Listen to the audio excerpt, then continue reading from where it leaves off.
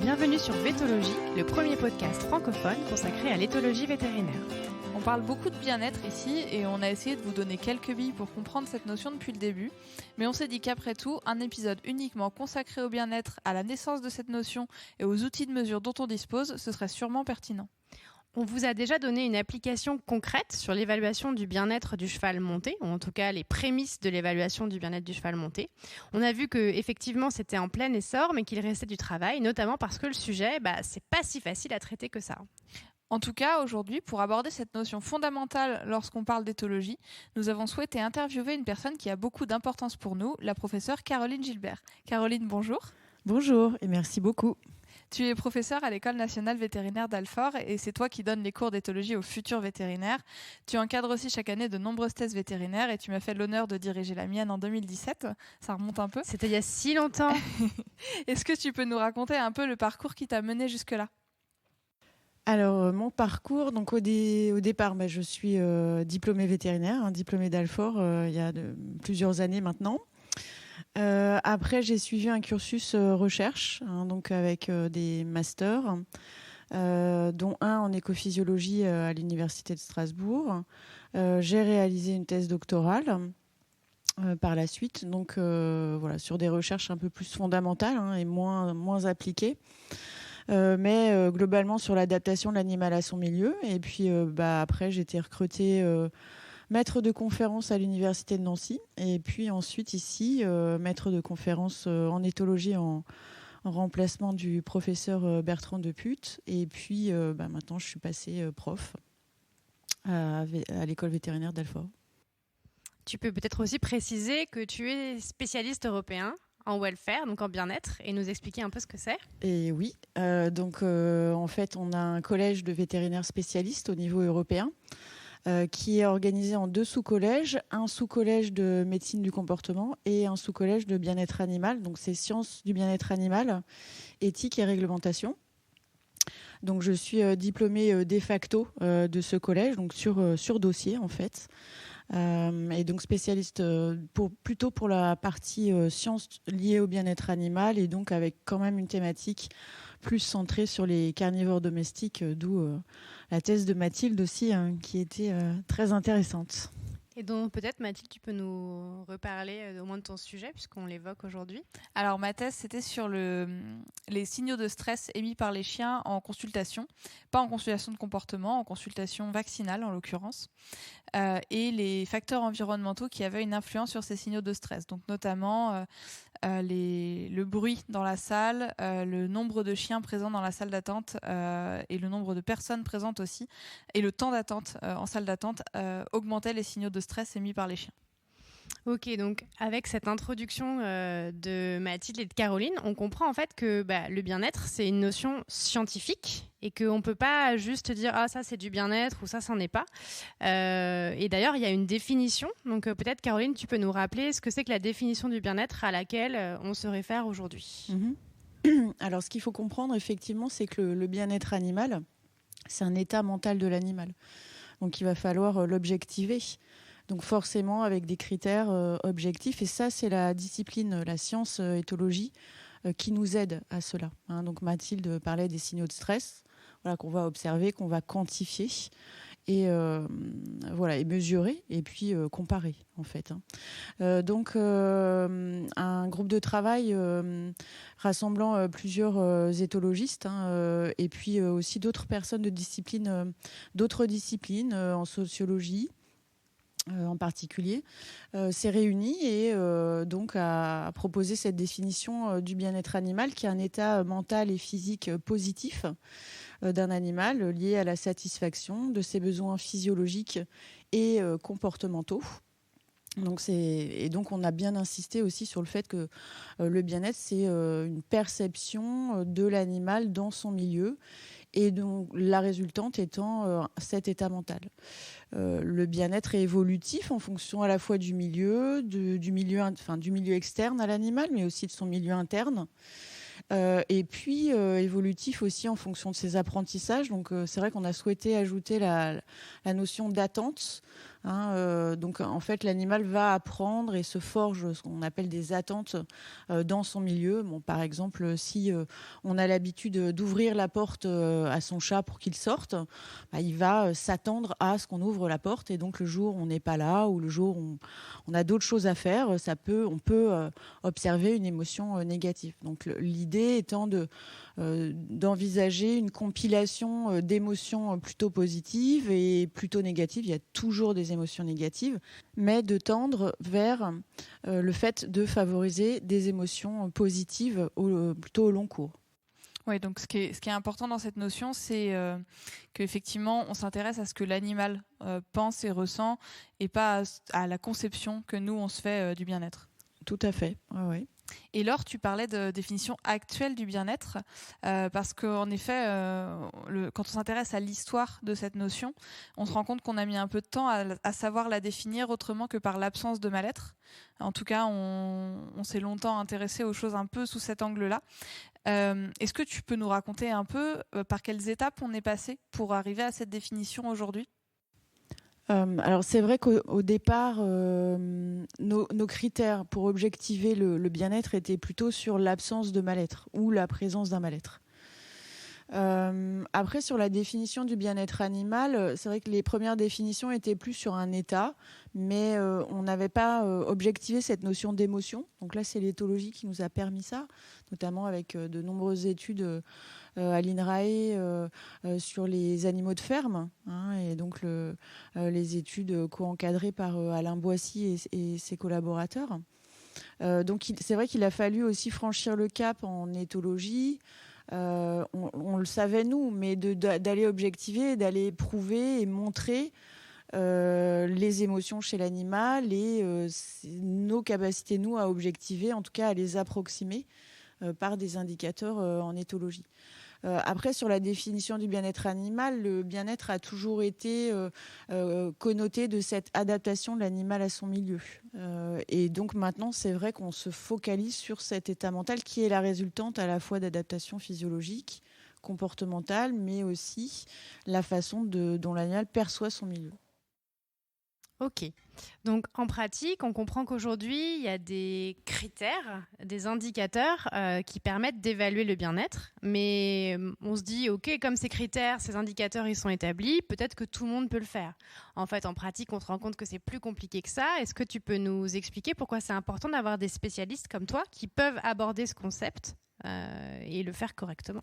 Alors, je pense que déjà, c'est compliqué au départ de contextualiser. Par exemple, si on veut objectiver une émotion, d'aller un peu dans la boîte noire au niveau central, cérébral de l'animal, d'arriver à objectiver cette émotion. Donc, il faut, à un moment donné, un socle scientifique et une méthodologie rigoureuse pour ensuite nous aider à valider certains critères. On parlait des signaux de stress chez le chien, le bâillement par exemple, de le valider comme émotion négative, c'est pas si simple que ça. Le léchage de truffe, donc tout ce qui est décrit. Donc ça nécessite une phase de validation scientifique. Après, concrètement, moi je pense qu'il serait pertinent de pouvoir donner à tous, alors soit les professionnels vétérinaires ou autres professionnels qui travaillent avec les animaux, et aussi les propriétaires, des critères simples pour qu'eux puissent objectiver, qu'ils prennent en main ces grilles de critères. Alors, si on parle de critères d'évaluation du bien-être, on peut parler aussi du welfare quality, qui a été développé initialement chez les vaches laitières, à l'échelle européenne et avec une grande participation française aussi. Donc ça reste un outil, mais qui est encore trop peu peut-être utilisé sur le terrain. Donc l'idée, c'est de fournir aux acteurs des outils utilisables. Actuellement en France, c'est ce que toutes les filières font. En tout cas, par exemple, sur les animaux de production, où les filières en fait reprennent les welfare quality ou les animal welfare indicators à leur compte, entre guillemets, pour les simplifier. Donc c'est toujours scientifique, parce qu'il y a toujours un appui d'éthologistes qui travaillent dans les instituts techniques pour les simplifier et pour que sur le terrain, on puisse utiliser. C'est bien beau de faire de la science, mais si ça ne bénéficie pas aux animaux et aux humains, ça perd de son intérêt. Ça perd de son intérêt. Et justement, donc toi, tu es aussi enseignante, tu donnes au moins quelques outils à tes élèves et aussi en consultation quand tu en donnes. Qu'est-ce qu'on peut conseiller? Comment est-ce qu'on peut donner des billes aux propriétaires de chiens ou de chats, en l'occurrence, pour qu'ils puissent savoir si leur animal va bien, sans que, évidemment, les gens s'improvisent spécialistes en éthologie, en essayant de leur donner un peu des critères objectifs? Alors, on peut s'inspirer des grilles de critères de bien-être. Hein, donc, on peut aller piocher là-dedans pour expliquer aux gens. C'est vrai que ce qu'on utilise comme critère, c'est fournir des ressources adéquates dans le temps et l'espace. Donc que ce soit l'alimentation, la boisson, donc de valider que l'animal ait les ressources lorsqu'il le souhaite, hein, le lieu de repos également. On peut aussi évoquer tous les besoins comportementaux, donc vérifier que le budget d'activité de l'animal est cohérent. Je pense que ce qui est intéressant aussi, c'est d'expliquer aux gens les réactions de leur animal. Est-ce que l'animal vient les voir quand il rentre? Est-ce que, après, voilà, ça peut être complètement trivial. Est-ce que le chien vient faire la fête? Est-ce que le chat vient demander des caresses? Quel est le niveau de proximité? Est-ce qu'il engage des activités en demandant au propriétaire, entre guillemets, avec des postures, en se mettant devant une porte, je veux sortir, on va se promener, on a fait une balade, une super balade, non, je veux pas rentrer en fait, hein, parce que voilà, il va commencer à tirer sur la laisse, non, on reste là. Tout ça, je pense que les propriétaires, après c'est juste mon opinion, hein, mais sont friands aussi de feedback sur ce que eux peuvent décrire. Donc on peut faire décrire aussi aux propriétaires. L'idée, c'est d'aller vraiment sur la description des comportements. C'est ce qu'on fait nous en éthologie. Donc c'est vrai que plus on maîtrise un peu d'éthologie, mieux on arrive à expliquer ça aux propriétaires. Mais donc leur faire décrire et puis de valider ou d'invalider au final le niveau de bien-être, de mal-être.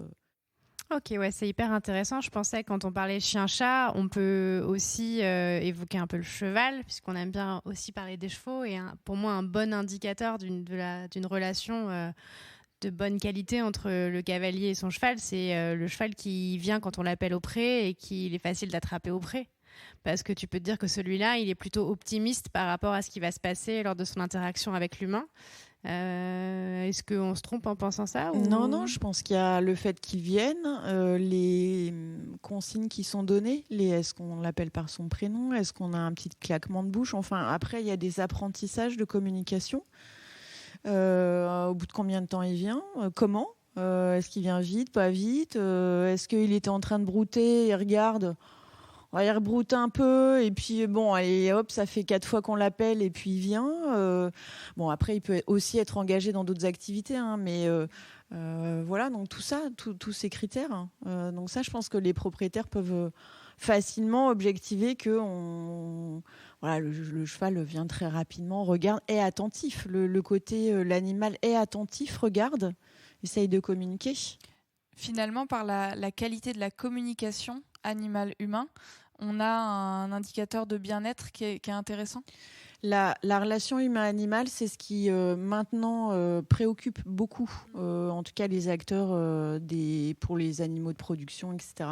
C'est vraiment là-dessus que actuellement on met l'accent parce que c'est un élément majeur en fait, hein, puisque au final c'est nous qui contrôlons le milieu, proposons à l'animal ses activités, que ce soit sur les animaux de compagnie, animaux de laboratoire ou animaux de production ou animaux de loisirs, hein. C'est à mon sens, hein, c'est vraiment un élément phare du bien-être animal, la relation à l'humain. Et c'est vrai que en consultation, vous pouvez le voir aussi, le gros du travail, c'est beaucoup sur l'humain aussi, hein, discuter avec les gens, et puis en fonction des personnes, il y a une facilité aussi d'écoute et de compréhension de certaines personnes et une difficulté d'autres personnes à changer de pratique. changer son regard, sa vision sur l'animal. Oui, effectivement, parfois il y a même des freins à lever pour nous en consultation, essayer d'interpréter différemment les choses pour que les propriétaires comprennent mieux leur animal et donc que la communication, la relation humain-animal soit de meilleure qualité quand ils ressortent de notre salle de consultation. Étant donné que Bon, après, ça dépend des environnements, mais il y a des environnements qui sont quand même très, très médiés par l'humain, très contrôlés et confinés. Par exemple, un chat en appartement. Bon, certains chats s'adaptent très bien, mais peut-être pour d'autres, ça va être un peu plus compliqué. Il y a ce niveau de... À la fois, on appelle ça la prise de décision. En anglais, c'est l'agentivity de l'animal. Donc, la façon dont lui peut prendre ses décisions, contrôler son environnement, réaliser ce qu'il veut quand il veut, en gros. Et en face, il y a le propriétaire qui peut décider de se dire non, moi, mon chat, là, il veut aller au niveau de la fenêtre. Non, je ne vais pas lui permettre. Ou alors, je ne vais pas lui donner à manger parce que ce n'est pas l'heure. Mais donc, au final, on va se retrouver potentiellement avec des frustrations de l'animal qui ne peut pas réaliser ses comportements en fonction de ses motivations au moment où il le souhaitait. Ok. Et donc, dans l'intitulé de ta spécialité, il y a la notion de bien-être, mais il y a aussi une notion d'éthique et de législation. C'est bien ça ? Donc pour la spécialité, le collège, oui, effectivement, en fait, il y a un regroupement entre sciences du bien-être animal, éthique et réglementation. Voilà. Okay. Donc on a des personnes qui sont diplômées spécialistes, qui sont peut-être plus versant éthique, d'autres versant réglementation, et moi je suis plus versant sciences. Mais ce que ça sous-entend, c'est qu'on peut se servir de l'éthologie pour établir des réglementations cohérentes avec les besoins des animaux. Est-ce que tu pourrais nous donner quelques exemples concrets des cas où la recherche a pu faire avancer la loi en matière de bien-être animal ? Alors, ce qu'il faut savoir, c'est qu'au niveau européen, en fait, c'est l'Europe qui va un peu conditionner aussi toute notre réglementation, même si après chaque pays membre a sa propre législation et réglementation. Donc, un premier élément de réponse à cette question-là, c'est le Conseil de l'Europe qui va émettre des avis, en fait, ensuite pour que la Commission européenne puisse réaliser des directives, en fait, écrire des directives, d'accord ? Et donc, dans le Conseil de l'Europe, en fait, ils vont s'entourer d'experts, et donc en particulier en éthologie, qui vont rendre ces avis. Donc on a des experts là actuellement au niveau européen. La réglementation pour tout ce qui concerne les porcs a beaucoup bougé ces dernières années. Donc il y avait des groupes de travail à l'échelle européenne pour les porcs. Au niveau des volailles, voilà, tout ça. Après, c'est vrai que les animaux de compagnie, carnivores domestiques, sont un peu les grands oubliés de la réglementation européenne. Mais ce qui n'empêche pas que ça va commencer à émerger. Et puis, là, en France, en fait, on est organisé aussi avec un système où le bureau du bien-être animal, donc qui est au niveau de la Direction générale de l'alimentation, peut solliciter, alors soit l'ANSES, donc par exemple on a parlé de la définition tout à l'heure, donc c'était l'ANSES qui avait été motivé pour faire cette définition, mais en fait la DGAL saisissait régulièrement l'ANSES sur des guides de bonne pratique, et puis pour répondre à des questions, pour revoir potentiellement la réglementation ou pour asseoir une réglementation déjà existante. Voilà, alors là maintenant on a une création en France du CNRBEA, donc le Centre national de référence du bien-être animal. Et donc le bureau peut demander au CNR des thématiques d'experts, très recherche, pour pouvoir éventuellement prendre des décisions réglementaires. Ok. Donc oui, une vraie importance d'experts en éthologie et en bien-être animal pour la création de nouvelles réglementations, en fait. Dans les réglementations, il y a des côtés sanctions. Voilà, il y a de toute façon une consultation. Et alors la réglementation qui protège le mieux les animaux, c'est la directive 2010 des animaux utilisés à des fins scientifiques, où on a vraiment des normes de bientraitance, donc de moyens avec une certaine surface par animal, etc., qui est très protectrice pour les animaux. Pour dire qu'il faut tant de centimètres sur une cage de souris ou de rats, oui, en amont, il a fallu avoir des données. Et tu parlais un petit peu des carnivores domestiques tout à l'heure et du fait que ce soit un peu les grands oubliés. Il y a quand même eu des avancées récentes avec, je pense à la loi contre la maltraitance animale dont on commence à parler un petit peu là depuis 1 an. Est-ce que tu peux nous en parler un peu, nous dire ce qu'elle va apporter ? Alors la loi maltraitance, c'est vrai qu'il y a plein de volets, il y a vraiment des volets différents. Alors il faut savoir, bon là je suis pas spécialiste de la réglementation, mais en fait une fois qu'une loi est votée, il faut des arrêtés pour mettre en application cette loi. Donc là, en gros, on est en train d'attendre les arrêtés. D'accord. Ok. Maintenant, ce qu'il y a d'intéressant dans la loi pour les carnivores domestiques, alors il y a la création de l'Observatoire pour la protection des carnivores domestiques. Donc ça, c'est l'OCAD. Et donc le CNR-BEA, donc Centre national de référence bien-être animal, est positionné comme étant la brique expertise. Donc là, voilà, on est en train de réfléchir sur la question de l'abandon, puisque c'était une grande question associée à la loi anti-maltraitance. Et puis la nécessité, l'obligation pour les propriétaires de chiens et de chats de se former. Donc là, pour l'instant, en tout cas, je n'ai pas du tout de connaissance de l'arrêté qui va être écrit, et donc dans quelles conditions, quel type de formation, comment ils vont valider, est-ce qu'il y aura des dérogations pour les vétérinaires, je ne sais pas.